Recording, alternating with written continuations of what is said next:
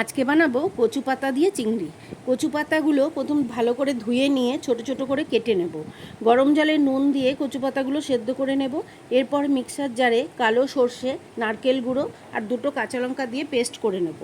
আর কচু পাতাটাও পেস্ট করে রেখে দেবো। এরপর কড়াইয়ে তেল গরম করে নুন হলুদ মাখানো চিংড়ি মাছগুলো ভেজে নেব। ভাজা হয়ে গেলে ওই তেলে বানিয়ে রাখা কচু পাতার পেস্টটা দিয়ে দেবো। তার অল্প জল দিয়ে দেবো। নুন হলুদ মিষ্টি দিয়ে সর্ষের পেস্টটা দিয়ে ভালো করে কষিয়ে নিয়ে চিংড়ি মাছগুলো দিয়ে দেবো। কিছুক্ষণ হতে দেবো। মাখা মাখা হয়ে এলে নামিয়ে নেব। একদম রেডি কচু পাতা দিয়ে চিংড়ি।